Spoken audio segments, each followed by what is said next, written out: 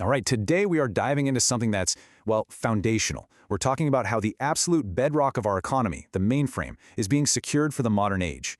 We're going to see how a universal cybersecurity rulebook gets applied to one of our oldest and honestly most critical pieces of tech. So, I want to kick things off with a question that really gets to the heart of it. We spend so much time chasing the latest, flashiest security threats, right? But what if the biggest risk isn't new at all? What if it's hiding in plain sight, in the technology that's been humming along reliably for decades? And that question brings us right to the modern compliance problem. See, mainframes are the trusted workhorses of our digital world, no doubt about it.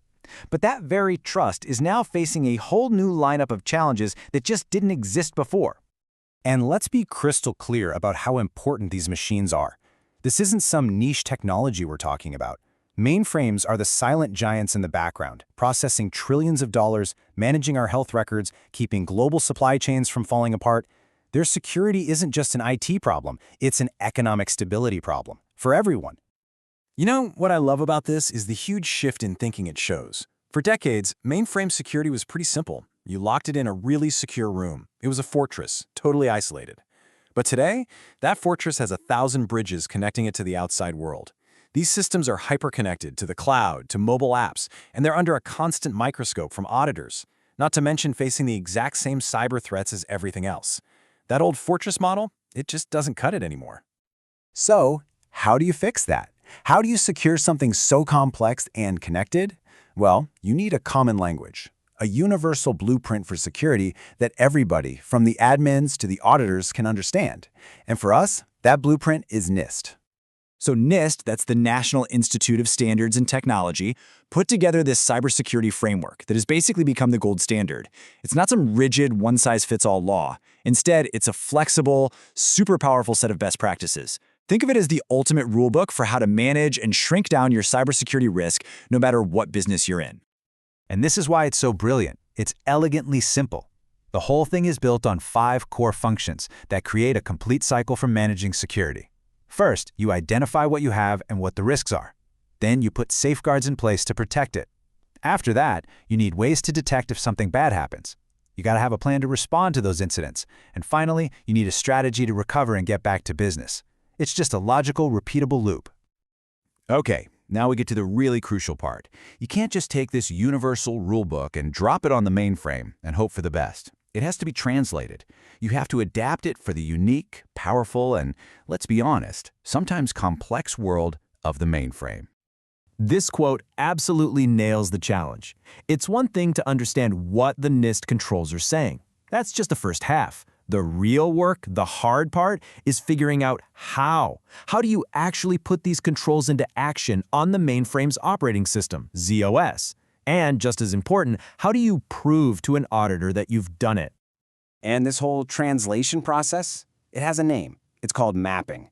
And honestly, the best way to think about it is like a Rosetta Stone. You've got the NIST requirements on one side, written in this universal language of cybersecurity, and on the other side, you have the very specific tools, settings, and tech of the mainframe. Mapping is the act of drawing a clean, clear line from one to the other. So let's make this real. What does mapping actually look like when the rubber meets the road? Let's move from these high-level ideas to the concrete actions a system admin would actually take.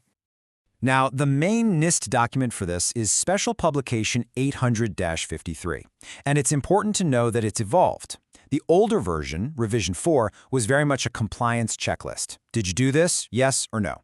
The new one, Revision 5, is way smarter. It's outcome-based. It doesn't just ask if you ticked a box. It asks, what is the security result you're getting? Plus, it bakes privacy right into the core controls. It's just a much more modern way to think about security. And boom! This slide right here makes it all click. This is mapping in action. You take a NIST control, like AC for access control. How do you prove you're doing that on the mainframe? You show your configurations in RACF. Or for AU, audit and accountability, you point right to your SMF records. This is how you take something that feels abstract and make it totally concrete. Now, if this all sounds like a mountain of work, well, the great news is you don't have to create these maps from scratch. There's a whole toolkit of resources out there designed to make this not just possible, but achievable. So what's in this toolkit? Well, you've got some heavy hitters. IBM provides these amazing technical guides called Redbooks, plus a whole Z security and compliance center. Obviously, you have the source documents from NIST itself, and then you have great industry resources from places like Tech Channel and other software companies that build solutions for this exact problem. So what's the real value here?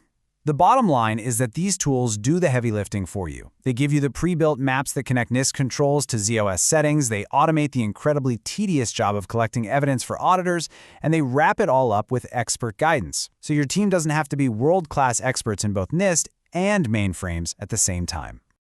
You know, all of this, all the frameworks, the mapping, the tools, it all boils down to one single incredibly important goal. And that goal is this. It's to protect the data that literally runs our world. It's to maintain the trust that is the absolute currency of modern business. And it's to make sure that the bedrock of our economy, the mainframe, stays the secure, resilient platform it's always been famous for. But here's the thing to remember. The world keeps changing. So I'll leave you with this final thought. Compliance is never a finish line you cross. It's a continuous process of being vigilant and adapting.